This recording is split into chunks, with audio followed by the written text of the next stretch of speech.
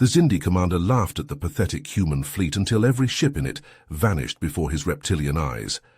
Admiral Sirius's scaled face peered at the hovering viewscreen. He studied the collection of crude, ramshackle human vessels arrayed before his own mighty warships.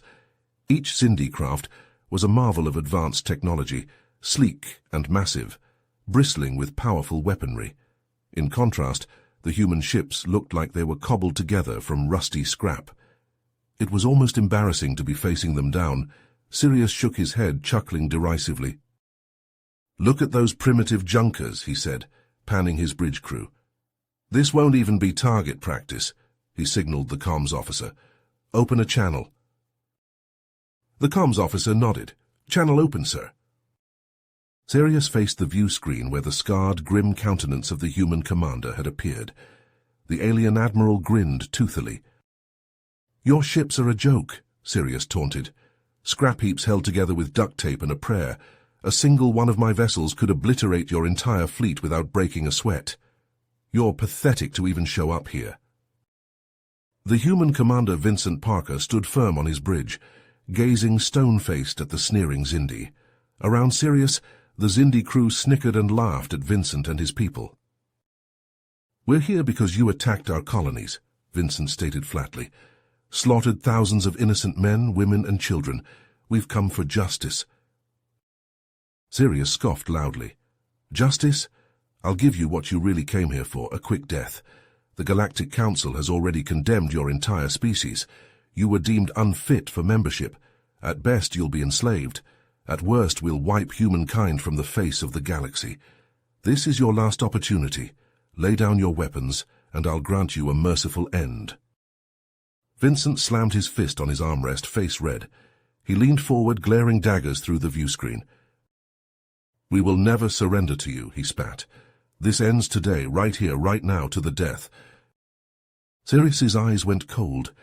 He flashed a predatory smile full of dagger-like teeth. "Prepare to be annihilated," he whirled to address his crew. "All ships, power up weapons, target the humans, wipe them from my sky." The Xindi warships hummed to life. The tips of their spinal cannons started glowing, charging up to unleash a barrage that would vaporize the human fleet in seconds. There was no way the human rust buckets could survive what was coming. Vincent turned to face his own crew, jaw set. They looked back at him grimly. "You know what's at stake," Vincent said.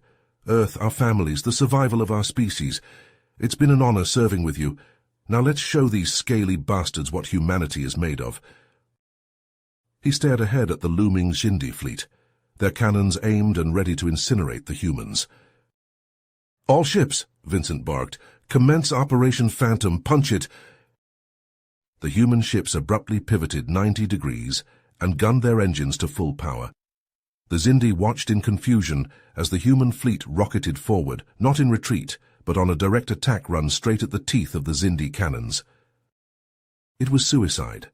The human ships zigzagged wildly, still charging forward at breakneck speed.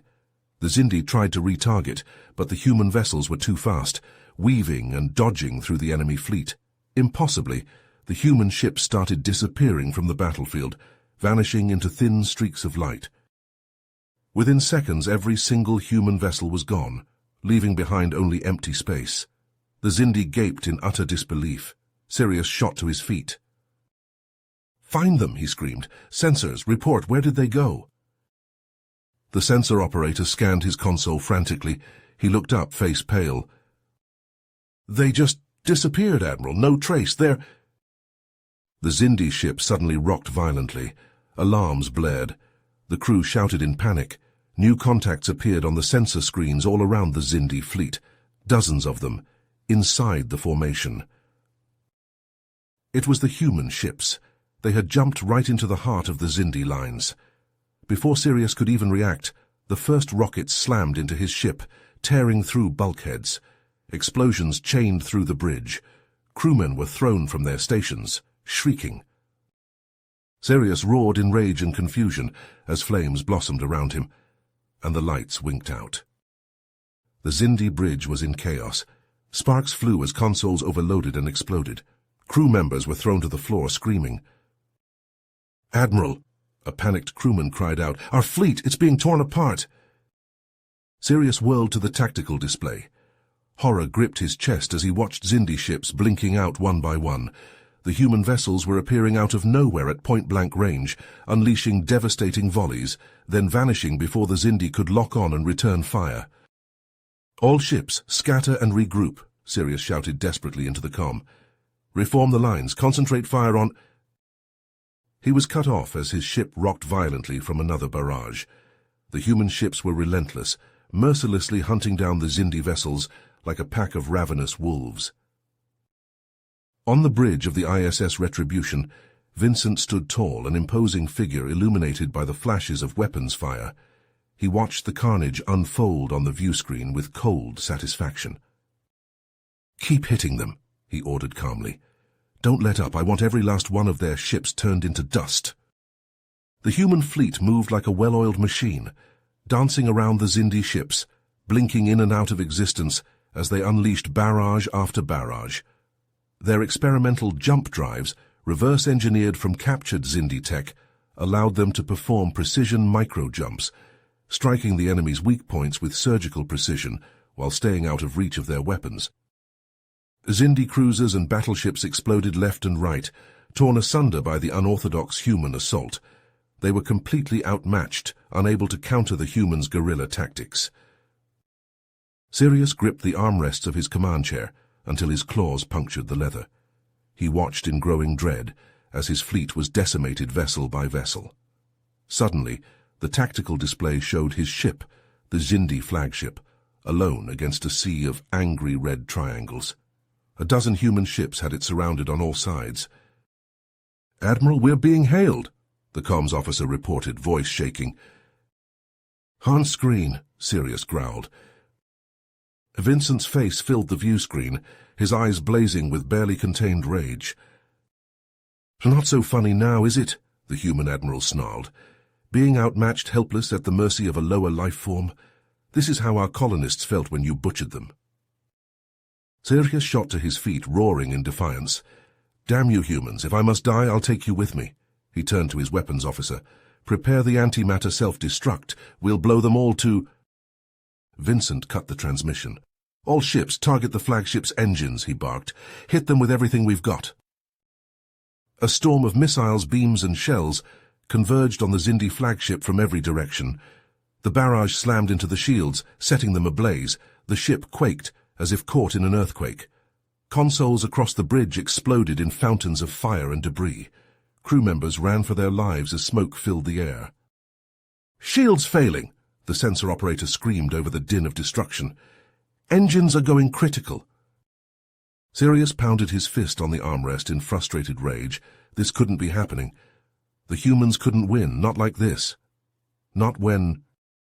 A searing beam of blinding blue-white energy speared the Xindi ship from bow to stern.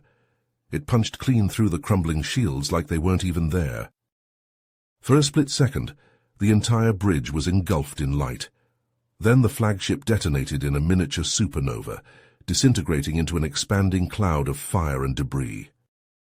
On the Retribution's bridge, Vincent sagged back in his chair as the glare from the explosion faded.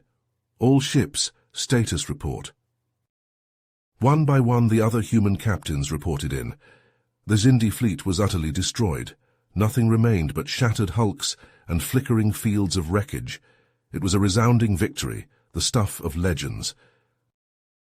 But Vincent felt no elation, no joy, only grim satisfaction and a hardening resolve. He knew this was only the beginning. By crushing the Xindi, they had dealt the Galactic Council a humiliating blow. The other species would undoubtedly respond with swift and terrible retribution. Vincent's jaw tightened. Let them come, humanity would be ready for them. News of the humans' shocking triumph over the Xindi spread across the galaxy, faster than a quantum tachyon pulse. On 100 worlds, trillions of aliens watched the stunning footage in slack-jawed disbelief. The supposedly primitive Terran fleet appearing out of nowhere to tear the vaunted Xindi armada to shreds. Impossible as it seemed, there was no denying the truth. The humans, the weakest, most cowardly species in the galaxy, had just obliterated the Council's most powerful client race. In the Great Hall of the Galactic Council, pandemonium reigned. Representatives from 1,000 species shouted over each other in a cacophony of outrage and recrimination. Tentacles waved, tails lashed, and eye stalks bobbed furiously as the councillors struggled to make sense of this unthinkable catastrophe. "The humans must pay for this outrage," the Archon of the Krell bellowed, his blunt snout quivering with rage. "They have spilled the blood of a council protectorate. This cannot stand." "Agreed," hissed the matriarch of the Sala, her forked tongue flicking out to taste the air. "The Terrans have grown too bold. They must be put back in their place, and swiftly." Other councillors took up the call, their voices rising in a vengeful chorus. Only one figure remained silent amidst the furor, Zarn, the supreme leader of the council. The wizened alien sat motionless on his elevated throne, his ancient eyes hooded and unreadable as he watched the chaos unfold below. In the days that followed, the races of the council moved with the ruthless efficiency of a galaxy-spanning war machine. Fleets of warships mustered in 100 systems, each bristling with the most advanced weaponry in the cosmos. Warriors from 1,000 worlds sharpened their blades and checked their armor, eager to wet them with human blood. It was an armada such as the universe had never seen, poised to descend on Earth and its colonies in a storm of cleansing fire. But before the mighty fleet could strike, an unmarked ship appeared on the Council's long-range sensors.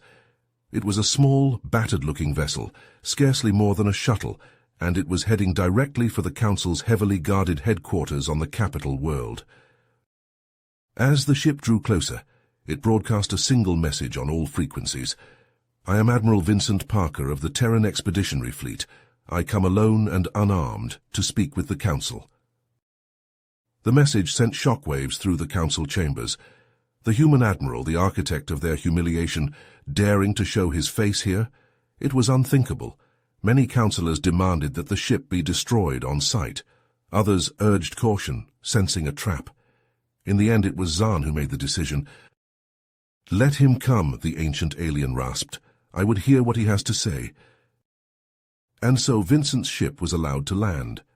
As it touched down on the gleaming landing pad, a dozen of the Council's most elite warriors, towering brutes in powered armor, surrounded it, weapons trained on the hatch. Slowly the hatch hissed open. Vincent stepped out, dressed in a plain black uniform, his hands empty and raised in a gesture of peace. If he was intimidated by the array of deadly weapons pointed at him, he showed no sign. His scarred face was a mask of calm resolve as the guards roughly seized him and hauled him away. Moments later, Vincent was marched into the Great Hall. The vast chamber fell silent as he was dragged before the Council, every eye fixed on the lone human standing in the heart of his enemy's power. Zahn leaned forward on his throne, his ancient voice echoing through the room. "Admiral Vincent Parker, you slaughtered a Council member race's fleet, and now you come here speaking of peace." Vincent met the Supreme Leader's gaze without flinching, his voice steady. "The Xindi attacked us first, slaughtered our defenseless colonists. We didn't start this war, but we will finish it. I've come to tell you that humanity desires no further bloodshed. The attack on the Xindi was an act of desperate self-preservation, nothing more." Incredulous laughter rippled through the chamber. The Archon of the Krell slammed a meaty fist on his console. "You expect us to believe that? You expect us to just let this outrage go unanswered?" Vincent turned to face the seething councillors, his eyes hard. "We're not conquerors. We have no designs on your territory or your resources. We simply want to live in peace, to be left alone, to forge our own destiny among the stars." "And if we refuse?" Zahn asked, his voice a low rasp. "If we demand humanity's unconditional surrender and subjugation?" Vincent's reply was calm and measured. "Then we will fight you with everything we have. We may lose, but we'll make damn sure you bleed for every inch of space you try to take from us." The chamber erupted in raucous jeers and mocking laughter. Zahn silenced them with a wave of his hand, his eyes never leaving Vincent's face. "You would doom your entire species to extinction. And for what? Pride?" Vincent shook his head. Not pride. Freedom. We will never again be the galaxy's victims. We will never again bow to the whims of alien tyrants. He stared back at Zhaan unflinchingly. But it doesn't have to come to war. You have a choice here, councillors. A chance to end the cycle of bloodshed before it consumes us all. For a long moment, Zhaan was silent, his ancient eyes searching Vincent's face as if looking for something only he could see. Finally, he leaned back on his throne with a sigh. I will consider your words, human. In the meantime, you will be our guest here on the homeworld. At a gesture from the Supreme Leader, the guards seized Vincent and hauled him away. The human admiral didn't resist, his face impassive as he was dragged from the great hall. But as the guards pulled him through the soaring archway, Vincent's hand darted to a hidden communicator on his belt. He whispered 3 words, Carthage falls. And then he was gone, vanishing into the depths of the citadel. In the great hall, the councillors resumed their furious debate, arguing over how to respond to this latest outrage. They never noticed the tiny, almost imperceptible flash of light that winked once in orbit, high above the homeworld.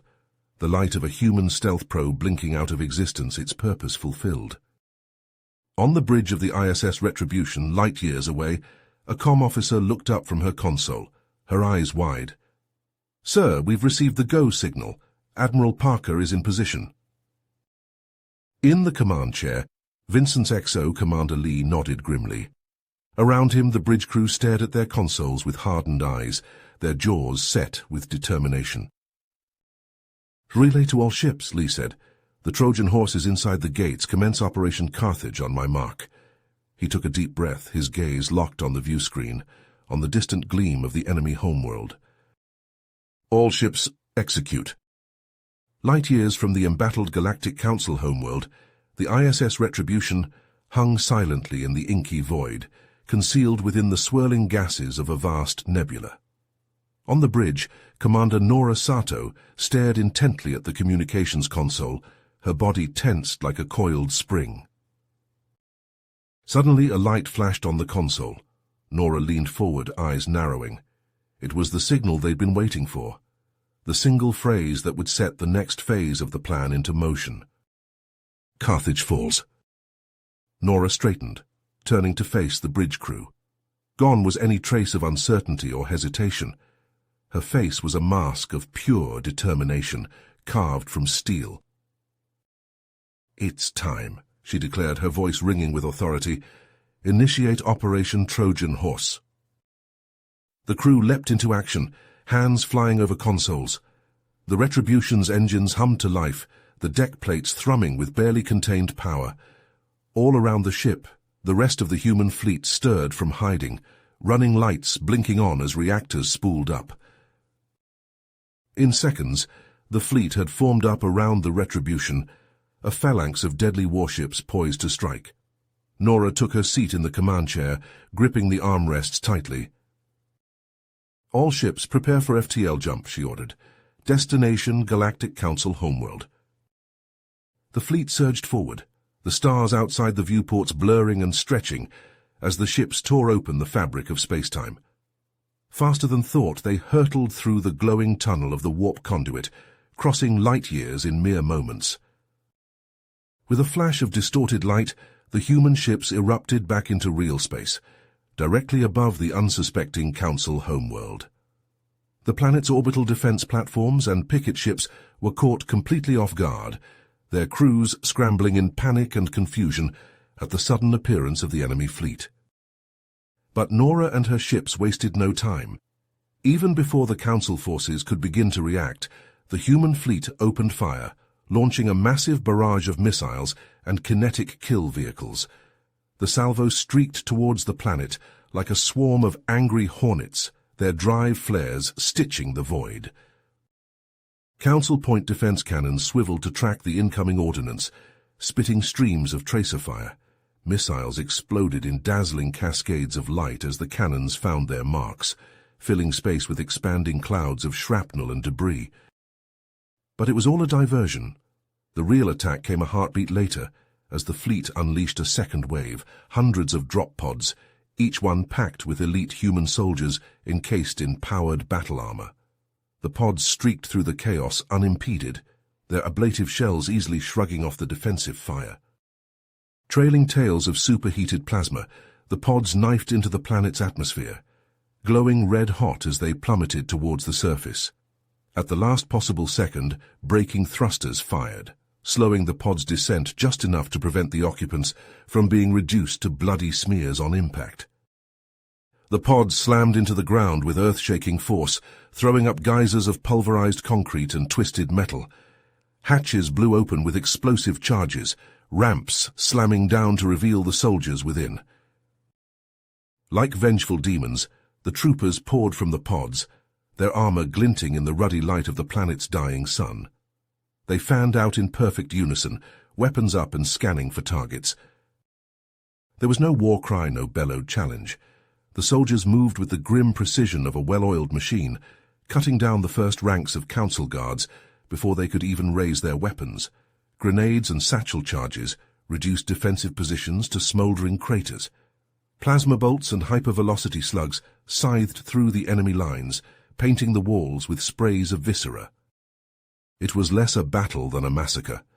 The council forces, accustomed to cowing primitives with their superior technology, were utterly unprepared for the ruthless efficiency of the human assault. They fell back in disarray, their formations shattering like glass. At the tip of the spear was Nora herself, leading the strike team tasked with the most critical objective, securing the council chamber and the alien overlords within. Her armor was scarred and pitted from dozens of battles, the paint scorched away to reveal the bare metal beneath. In her hands, she cradled a vicious-looking assault rifle, the barrel already aglow from the heat of sustained fire. Resistance intensified as they neared the council chamber, the aliens throwing themselves at the human advance in increasingly desperate waves. But Nora and her soldiers were implacable, wading through the defenders like an unstoppable tide. Finally, they reached the great double doors of the chamber itself.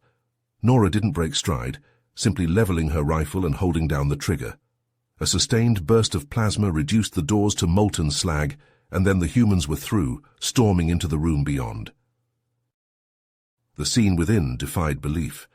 The mighty Galactic Council, the undisputed rulers of known space cowering behind their guards, their faces slack with shock and terror.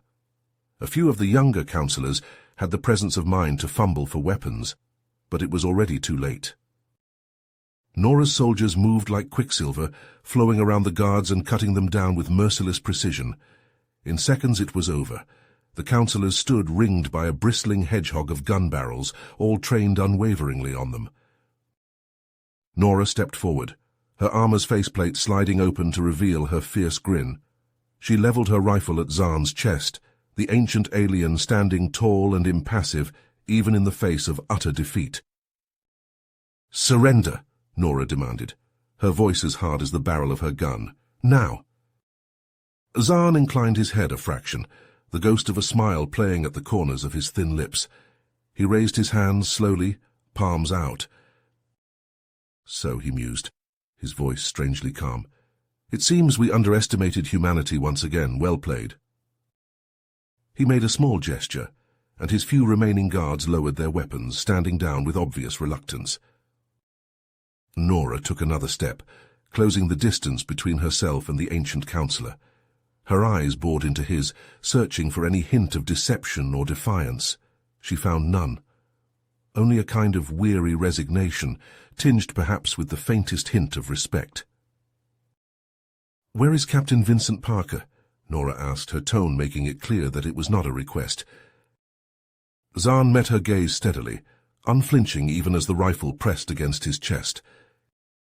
"He is unharmed," the councillor assured her, "for now. But you must realize that this changes nothing. Even if you kill us, the council races will never allow this insult to stand. They will unite as never before, and they will crush you."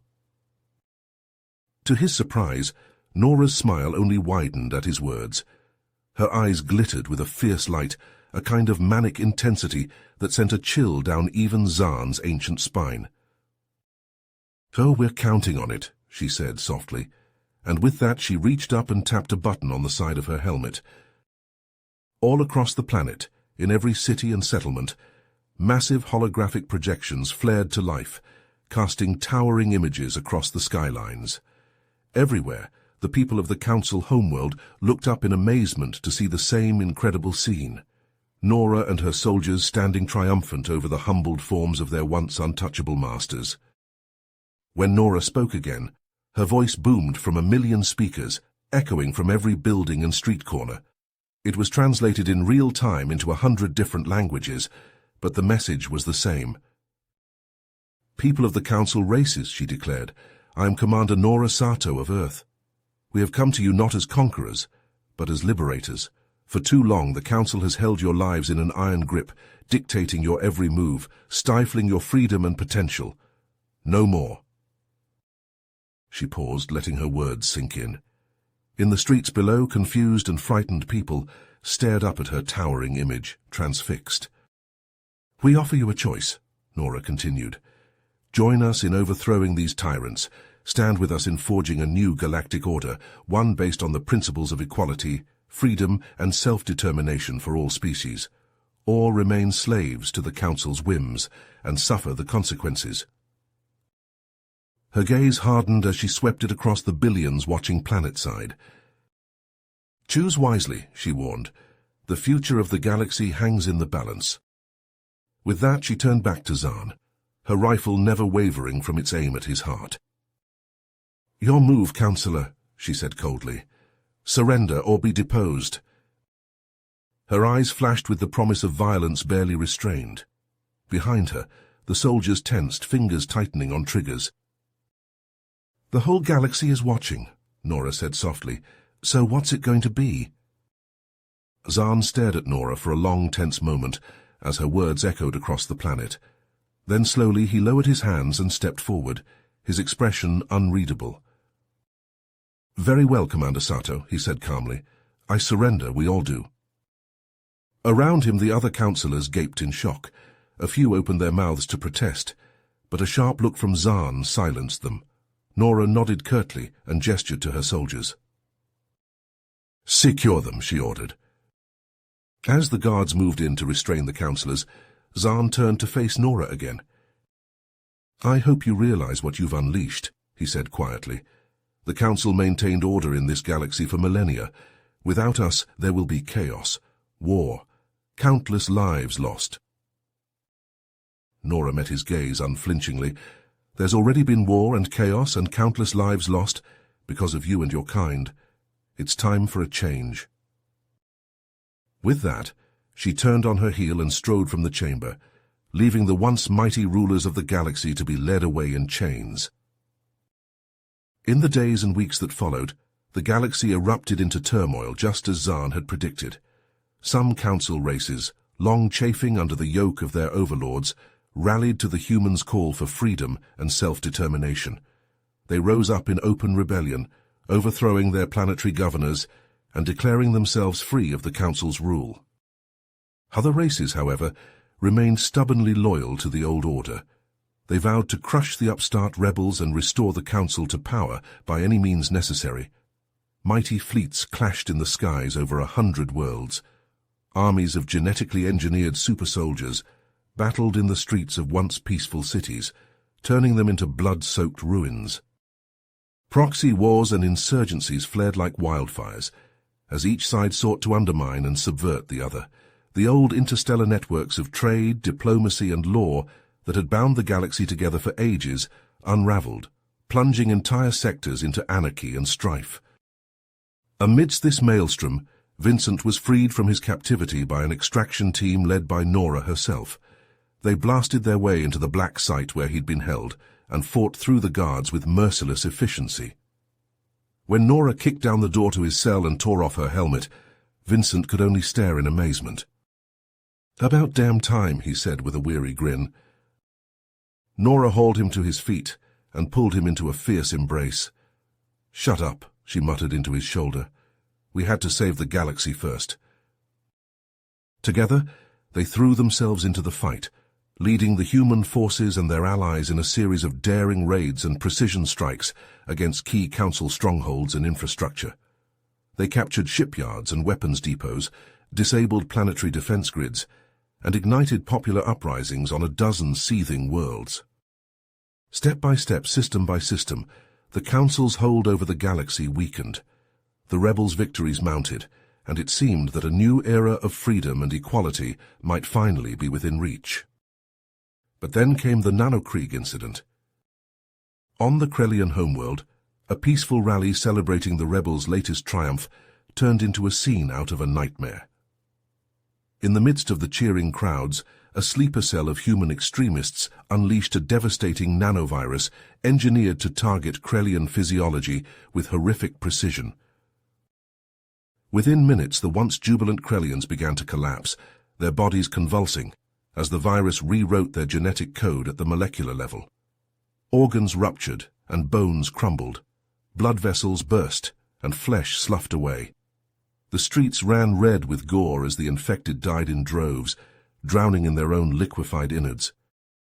The virus spread with terrifying speed, leaping from city to city, continent to continent, transmitted by so much as a breath or a touch. Frantic quarantine measures proved futile. Hospitals and clinics were quickly overwhelmed, becoming charnel houses choked with the dead and dying.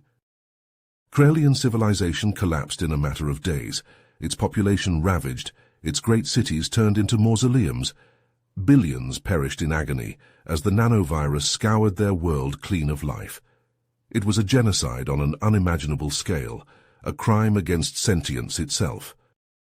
When news of the atrocity spread, the galaxy recoiled in horror and revulsion. Many of the rebels' alien allies, appalled by the actions of their human comrades, withdrew their support and condemned the uprising. Humanity's reputation, already tainted by the attack on the Xindi, now became one of monsters and butchers, no better than the tyrannical council they sought to overthrow. For Vincent and Nora, the news hit like a punch to the gut. The rebellion they had fought so hard to build, the dream of a free and just galaxy, had been poisoned at its core. Extremists within their own ranks, twisted by hatred and old grievances, had committed an unforgivable atrocity in the name of human liberation. They knew they had to act fast, to root out this cancer before it destroyed everything they had worked for. With a small, trusted team of loyal soldiers, they tracked the extremists to their hidden base on a remote, airless moon. What followed was a brutal, close-quarters battle in claustrophobic tunnels and pressurized domes. Vincent and Nora fought side by side, their armor scored by plasma burns and Gauss rounds, cutting down fanatic after fanatic with grim efficiency. Finally, they cornered the extremist leader in the base's command center. The man was a former Xindi slave, his body pocked with scars and cybernetic enhancements, the legacy of a lifetime of torment and degradation. "Why?" Vincent demanded, training his rifle on the man's head. "Why did you do it? The Krellians were innocent. They supported us." The extremist laughed, a mad, broken sound. "Innocent? No Xeno is innocent. They're all complicit in our suffering. They all deserve to burn." He grinned savagely, his eyes alight with zealous fervor. "We're the true voice of humanity, the ones who will cleanse the galaxy of the alien filth and build a new order on their bones. You'll see. You'll all see." Vincent put a pulse round through the man's skull. As the body slumped to the deck, he turned to Nora, his face a mask of anguish. "What have we done, Nora? What have we unleashed?" In the wake of the Nanokrieg, the rebellion foundered. The council races, once at each other's throats, now united in their condemnation of humanity. The galaxy teetered on the brink of all-out war, a conflict that threatened to consume everything in an orgy of retribution and hate. Faced with this grim reality, Vincent and Nora came to a painful decision. There could be no true victory here, no righteous resolution. The cycle of violence and recrimination would only continue, with humanity now cast as the villains, the monsters, to be destroyed at all costs. And so they gathered the remains of the human fleet and their few remaining allies. and set out into the uncharted void beyond the galaxy's edge. They would find a new home out there in the darkness, far from the sins and failures of the past. They would start anew and perhaps in time build something better. As the fleet prepared for its final jump, Vincent broadcast one last message to the watching galaxy. His face, haggard and lined with grief, filled the holoprojectors in 1,000 systems. "We fought for freedom," he said, his voice heavy with regret. "But somewhere along the way we lost ourselves.